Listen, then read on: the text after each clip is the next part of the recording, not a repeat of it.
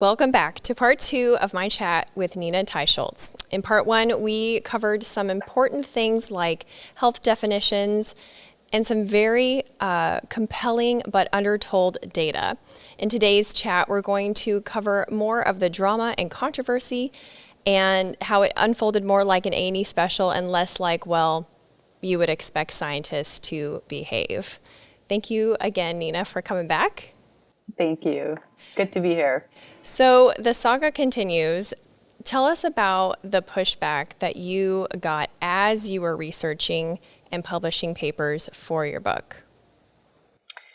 I think that I knew that I was in hot water researching this book from the very beginning when I was researching actually trans fats. I thought I was going to write a book on trans fats, and I started calling people who research dietary fat.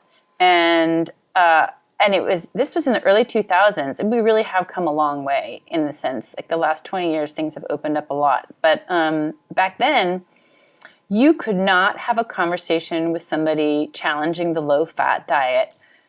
They would say, I can't talk to you about this. If you're going to take this line of thinking, I'm just going to hang up on you. What? And I talked to researchers, a researcher on trans fats who said, I would present my results, but I would get heckled so much at meetings, name calling and calling out at meetings. And then I subsequently found the experts who had been paid by the vegetable oil companies to heckle people at meetings when they came up with findings that were challenging to vegetable oils, which are, their products.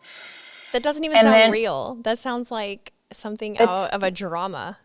Yeah, it is. It's like the Wild West. I mean, I had grown up in a family. My father was an engineer, and we would have these extremely highly rational conversations over the dinner table about science. And I always thought, well, it just moves forward methodically. And if the observations change, the hypothesis change. But here I was hearing stories about that were just just the opposite of that. And it was very disorienting. I also heard a story from a woman about how somebody called up the journal and tried to get her paper retracted before it was even published. Well, let's just fast forward to today. This is still going on. Those bullying tactics, which include, like, if you don't like somebody's views, you launch ad hominem attacks at them, such as you say they're being paid off by the food industry, or you say that they're know nothing, or these really low level attacks were launched at people. This is happening in spades today all the time. It's like nutrition science grew up with bullying, which was a tactic that was developed by, or at least one of its greatest.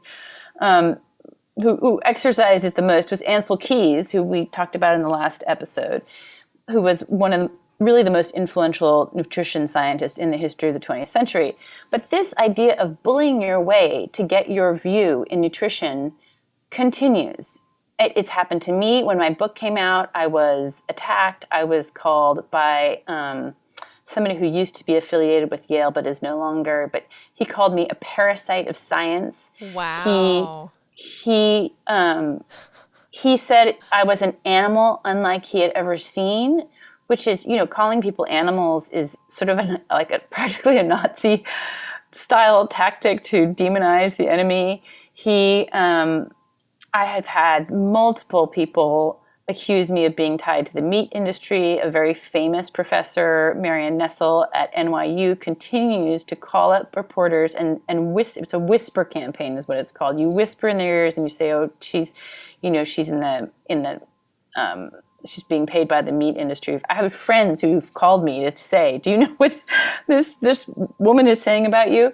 So this is very typical, and it happens not just to me. It happens to there's one of the most rigorous set of review papers ever to come out on the subject of red meat, which is now very controversial, right? And there are very strong groups lined up against red meat.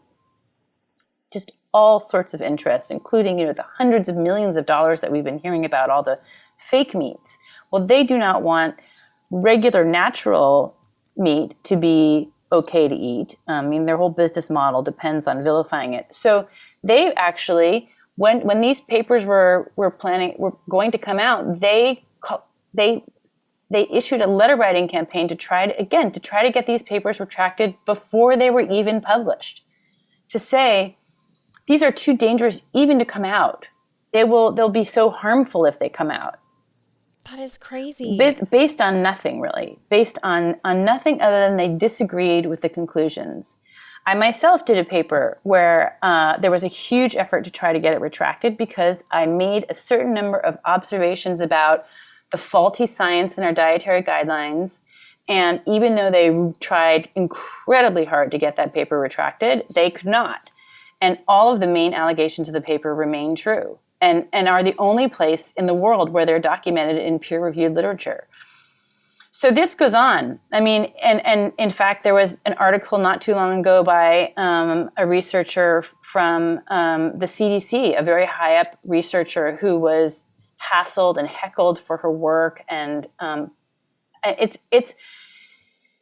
and insulted for her, her weight. I mean, you really cannot make this stuff up, Wow. Except for it's going on. And the only way to understand it is, I think, number one, it's a tradition in nutrition science that is, it just grew up as part of the field. Number two, that the magnitude of the interest in this field is so huge. When you talk about the entire food industry, the entire pharmaceutical industry, which makes all of its money off of long-time chronic diseases, those 4 or 5 medications a day that the average American takes to manage their chronic disease. If you are able to reverse that disease, that is not a good thing for the pharmaceutical industry. So they're interested. There's multiple other groups and other interests. There are now, if we can blame cows for climate change, then that gets oil and gas off the hook. And so you have all the real climate change wrongdoers who are trying to cast aspersion on cows. And those are huge interests, some of the biggest interests in the world. So it's really a hard field in which to hear and see the truth. And be an outlier. It's a hard field to operate in. But I mean, I'm thinking of your, listeners and viewers. It's hard to get good information because,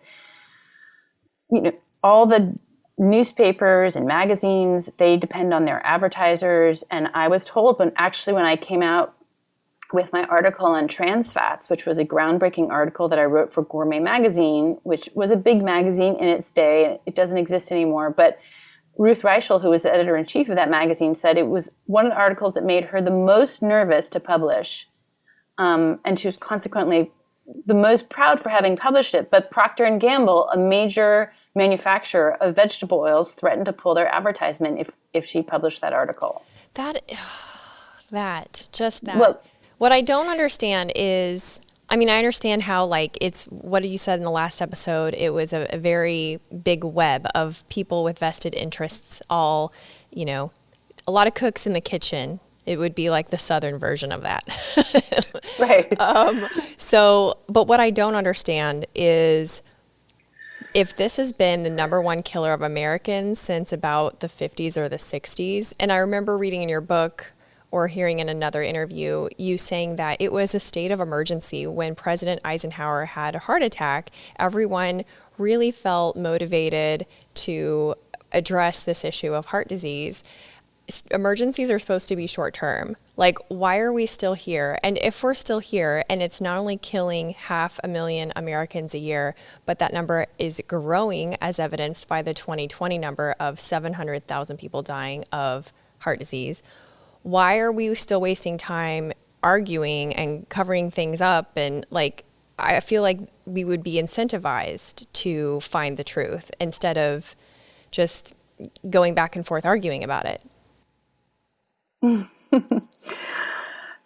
just give you a little thought experiment. Please. Imagine, go back to the 1980s when the AIDS epidemic was raging and people were dying right and left. Now imagine if the AIDS epidemic had only gotten much, much, much worse in those intervening decades. And it was killing many more people. And the whole public health community and everybody was just silent on the issue. They weren't even talking about it. If you think back to our Republican and Democratic conventions not too long ago, there was not a single mention of obesity or diabetes or heart disease or cancer, the greatest killers our nation has ever seen, in any of that I could see in any of those speeches.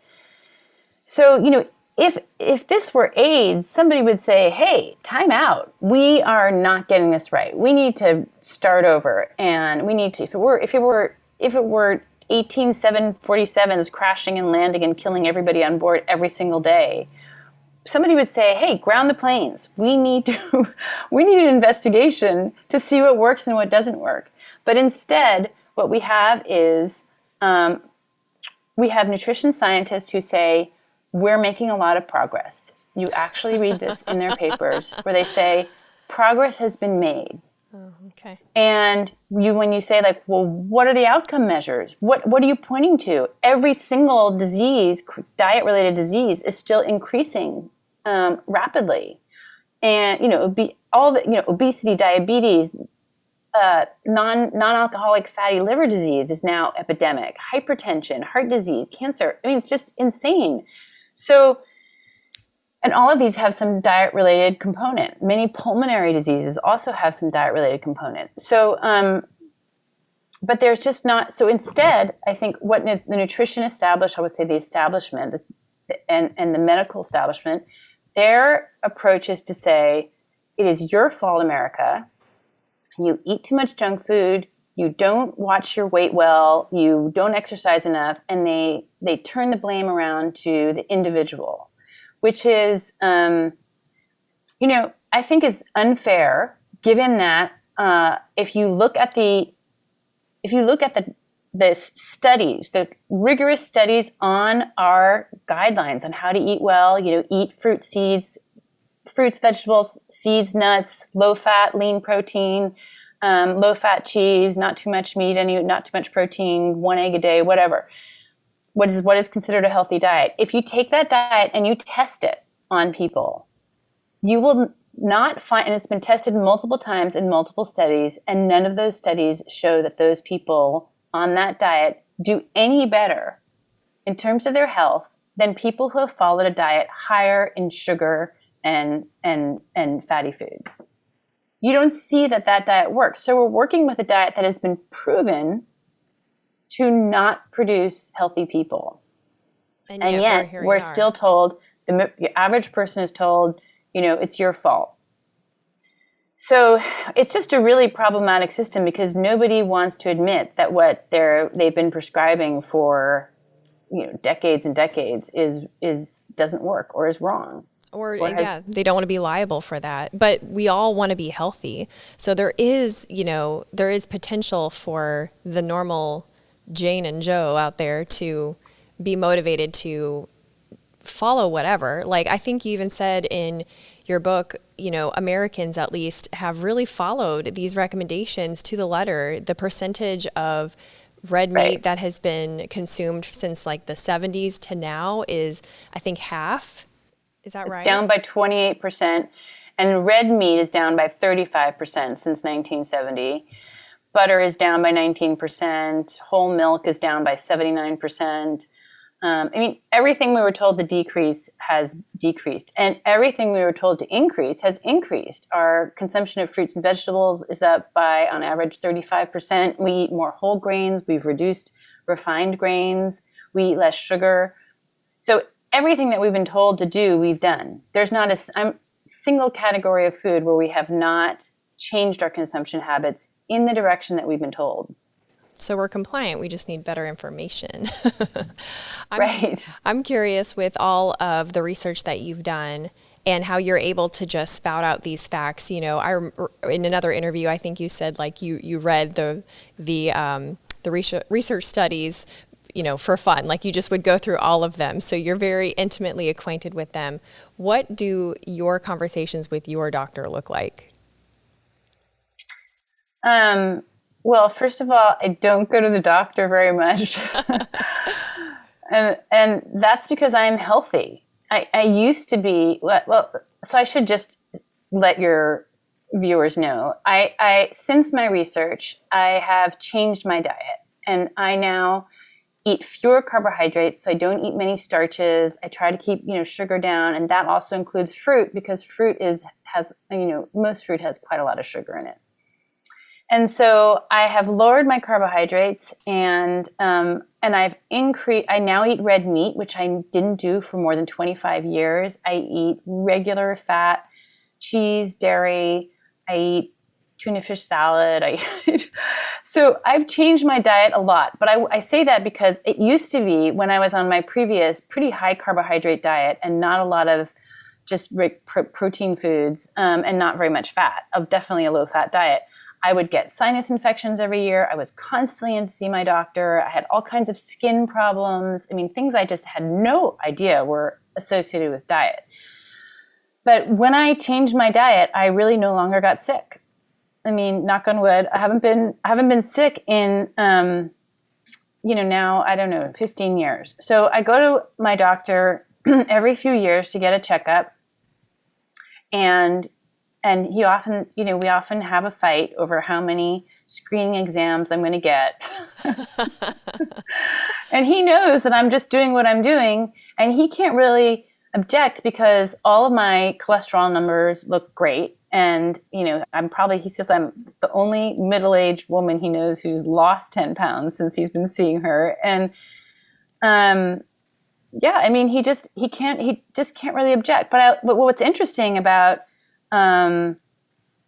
doctors is that he's a really smart, my doctors are really smart. He's a great man. But they really are so locked into their ideas about that, a low carbohydrate diet must be bad. And they're more likely to maybe embrace something called intermittent fasting, where you limit the number of hours per day that you're eating. But they just, they just have a hard time accepting a low carbohydrate diet. Even people who've lost hundreds of pounds and reversed their type 2 diabetes, and they go to their doctor, and their doctor says, wow, that's quite, some improvement, but be careful on that dangerous low carbohydrate diet you're eating. So it's just this wild disconnect. I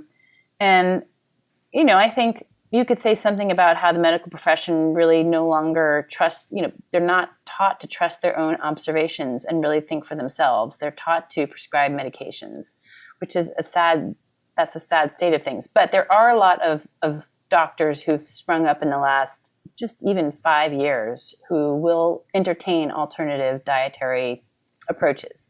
And how do you find those doctors? Because that's the most daunting thing for those of us that feel like we need, a point person for our health to go, okay, check my levels, do blood work, and then I'm going to go try this new lifestyle change, and then I'll check back in 6 to 8 months. How do you find doctors that are maybe more in the loop?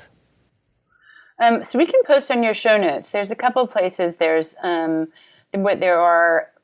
some websites that have developed really pretty good databases, including doctors all over the world. I don't know where all your listeners are, but and so there are practitioners, I think, pretty much in every state now that are on these networks, and you can look them up. It's nice to go to somebody who understands you, and also, if you decide to do something like the approach that I've taken to regain my health and weight, you need to know things like you need to eat more salt because your body metabolizes it differently. And that seems counterintuitive, but you need to know bits of information. And if you're coming off of medication, if you're, say, somebody with type 2 diabetes, and people find that they rapidly reduce the amount of insulin that they need when they reduce their carbohydrates, you need a doctor who is going to monitor that very closely. So there are good reasons to really have a doctor who knows what they're doing in this field. And would they be able to recommend certain tests? Because the more I read about, what cholesterol numbers mean, how much weight we place on them, and then I heard about NLR particle test or something about oxidized LDLs. All of it is very dizzying. So would a doctor like that be able to lead a patient through the tests that matter, or is it up to we, the listeners, to know those tests and bring them to our doctor? Okay, this is a huge topic that I'm not going to get into in too much detail, but I will tell you, for heart disease, of the regularly, commonly measured indicators, your HDL to your triglyceride ratio is the best and most reliable predictor of your risk. And that means your HDL needs to be pretty high and your triglycerides are low. HDL is reflective of your saturated fat intake. Actually, saturated fat is the best way to raise your HDL. Your triglycerides are driven by your carbohydrate content. So your sugar and things that turn into sugar once you digest them, like bread, rice, pasta, and sugary fruits. So in terms of other aspects of metabolic health, there is something called a Kraft test that is the best kind of test that you can get to see if you are en route to becoming diabetic. Because most people develop this condition called hyperinsulinemia, which is something that doesn't show up in the regular tests that you're given to see if you have diabetes. They measure something called your HbA1c. That once you have elevated HbA1c, you have been pre-diabetic probably for at least 5 years, and you could have done something about it. So you really do want to catch that early. And then there's, just the look test, which is if you're gaining weight and you're, it's often that the origin of all these diseases causes, which is metabolic, excessive insulin and heightened blood sugars, elevated blood sugars. Those are the conditions that's from which spring all these diseases. So from that comes obesity, type 2 diabetes, heart disease. Some people think cancer as well, non-alcoholic fatty liver disease. And, how you get those conditions, it really varies by person. There are thin diabetics. There are people who are very overweight, who have normal blood sugars. So there's a lot of variation.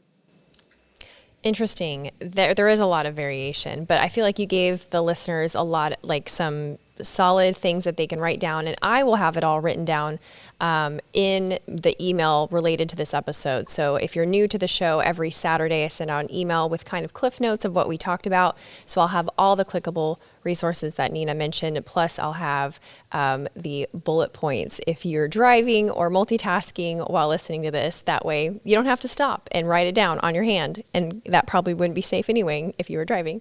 So as we wrap up, are there any other choose this, not that bullets that you want to leave with the audience? Yeah, I think I would say choose to skip snacks, choose to let your body recover between meals. That's something that's very contrary to what we've been told, but choose to skip snacks, choose to have your children skip snacks. And also contrary to what we believed, instead of an apple, will spike your blood sugar, or an orange, have some cheese instead. Or even nuts are not so good. Nuts are very high in calories, and you can drive those calories up very quickly with nuts or seeds or peanut butters. All those are really high in calories. So your better option, and one that will fill you up more, is cheese, or if you eat it, salami or some kind of cured meat. That's a better choice. It's a better choice to have some kind of animal protein like fish or lamb or steak or chicken instead of pasta for dinner. And that's a better choice even if you can't afford the best, most high quality food. Even though we'd all like to eat that way, it's not always affordable, but it's still a better choice than pasta. It's a good choice to skip bread with your meals. We don't have it on our table and haven't for a really long time. And that's a better choice as well. I agree. I haven't had, I just don't waste my calories on carbs so much because I don't feel good when I eat them. And so I love those recommendations. What about cooking oil? Like, should we be cooking with bacon grease instead of olive oil? Okay. Well, I would definitely if you, again, it's a matter of affordability, but I definitely would cook with olive oil over any other kind of oil. And that's because it's less likely to oxidize. And even better than olive oil, if you can afford it, I would cook with a hard, solid fat like coconut oil, ghee, butter, which burns. That's why there's ghee, takes out the burnable part, or lard, or the bacon grease if you want to save it from your bacon, or you can now get lard and tallow and all the traditional fats that were used for cooking, universally used for cooking before the beginning of the 20th century. So all of those are less likely to oxidize, less likely to cause toxic oxidation products when they're heated, less likely to cause inflammation. And if you think that's crazy, then I really encourage you to read my book because it's quite a story. Nobody knows about vegetable oils. And you just read chapter 9 so that you understand how they came into our food supply and how they are toxic when heated. And what I loved about your book is the detailed studies. It was so hard for me to pare down the questions to ask you today because this book was just so packed with so much knowledge and so much of the details of the research and why some of it was good and some of it was bad and how the American Heart Association first got their funding. I do highly recommend, if y'all want the behind the scenes, this is the book to get. So as we wrap up, tell people where they can find you, where they can find your book, and any other thoughts that you want to leave us with. Well, thank you for having me on the show. My book, you can get at Amazon, and leave a review. Thank you. I have a website, ninateichels.com. I have a nonprofit that I direct called nutritioncoalition.us. We are the only group in the country trying to ensure that our guidelines are evidence-based. So please take a look, donate. And I'm most active on Twitter where I am at Big Fat Surprise. Awesome. Well, thank you again so much. This was great. Thank you. It's been fun talking to you. Hey, you're still here. That's awesome. I hope to see you next week too. I talk with the most interesting people that you've probably never heard of. Most of them are paradoxical and bring an opportunity for you to grow as a person. So if you like bright, meaningful entertainment, be sure to subscribe and hit the bell for notifications.